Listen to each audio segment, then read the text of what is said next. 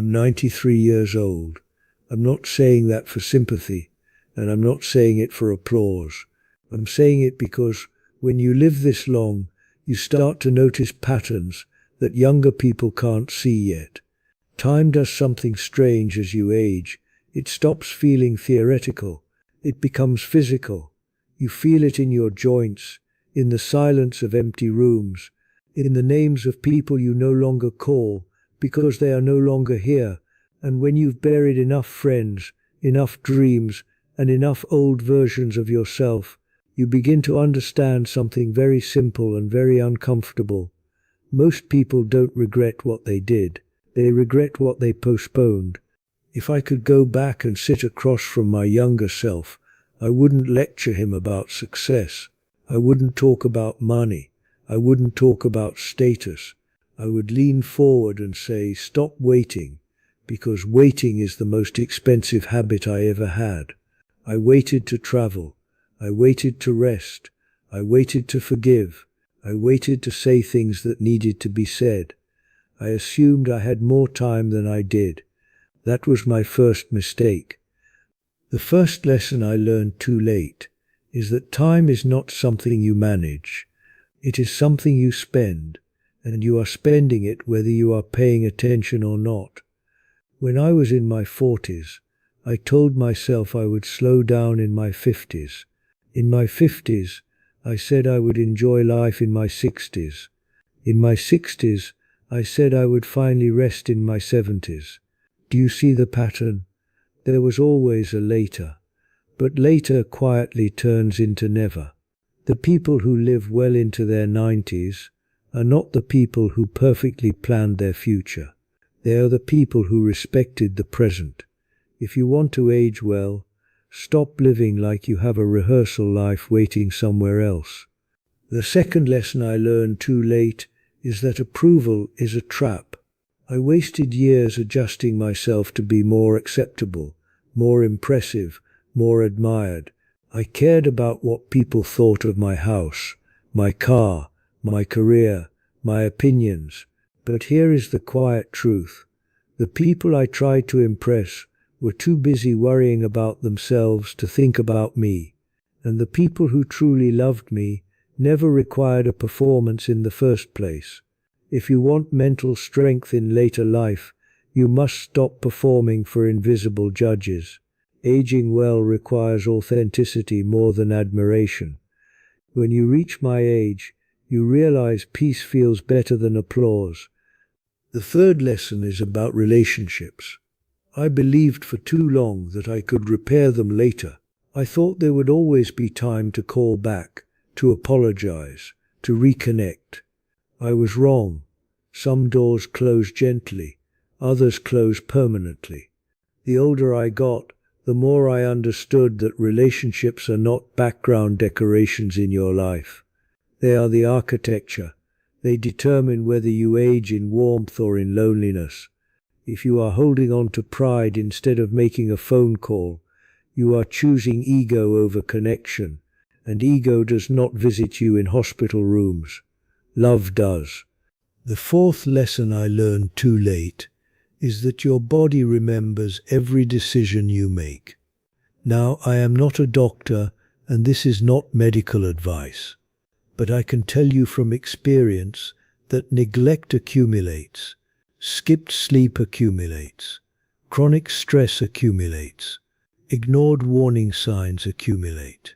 In youth, your body forgives quickly. After 50, it forgives slowly. After 70, it collects debts. Aging well is not about extreme diets or punishing workouts. It is about steady habits that respect your future self. Walk when you don't feel like walking. Rest before exhaustion becomes illness. Drink water before you drink regret. Longevity habits are boring, but they are powerful. The fifth lesson is about arguments. I wasted energy trying to win conversations that did not matter. I debated politics. I defended opinions. I needed the last word. At 93, I can tell you that being right has very little long-term value. Being at peace has enormous value. Most arguments are not about truth.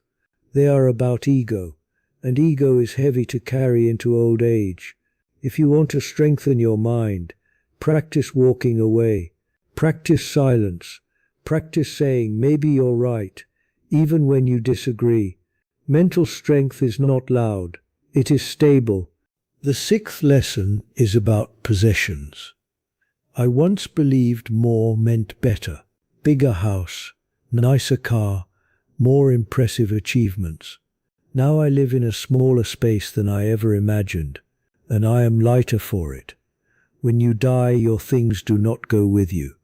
They are sorted, donated, sold, discarded. But the time you traded for those things, that never comes back. Aging well is not about accumulation. It is about subtraction. Subtract debt. Subtract debt. Subtract stress. Keep what serves you. Release what doesn't. The seventh lesson I learned too late is that resentment ages you faster than wrinkles. I carried grudges longer than I should have. I replayed old conversations. I held on to hurt as if it protected me. It didn't. It poisoned me quietly. Forgiveness is not about declaring someone innocent. It is about refusing to let bitterness rent space in your mind. If you want to live longer with clarity, learn to release what cannot be changed. Emotional weight shows up physically over time. The eighth and final lesson is this: joy must be scheduled, not postponed. People treat joy like a reward for productivity. I'll relax when this project is done. I'll travel when work slows down. Work rarely slows down. Responsibilities rarely disappear. Joy is not automatic. It is intentional. At 93, the memories that comfort me are not my achievements. They are small moments. Coffee at sunrise, laughter at the dinner table, holding someone's hand without looking at a clock. If you are waiting for a perfect time to live, you are wasting the only time you have. When I look back across 9 decades, I don't see a highlight reel of accomplishments. I see moments of connection. I see the cost of ego. I see the price of postponement. I see how easily we trade peace for pressure. And I see how unnecessary most of that pressure was. Aging well is not about avoiding death. It is about arriving at it without regret. It is about building mental strength early enough that you do not collapse under reflection later. It is about choosing relationships over reputation, health over hustle, peace over proving yourself. You do not need to wait until you are 93 to understand this. You can decide now. You can remove one draining habit. You can call one person. You can forgive one resentment. You can take one walk. You can protect one boundary. Small decisions compound into calm aging. If anything I have said feels uncomfortably accurate, that is not coincidence. That is clarity. And clarity is a gift most people receive too late. If you are choosing to age well instead of age blindly, write the word ready in the comments. And if you want more quiet life lessons about regret, relationships, mental strength and longevity habits, watch the playlist on your screen now, called Aging Well, The Last Good Advice. We are not guaranteed decades, but we are given today. Use it with intention.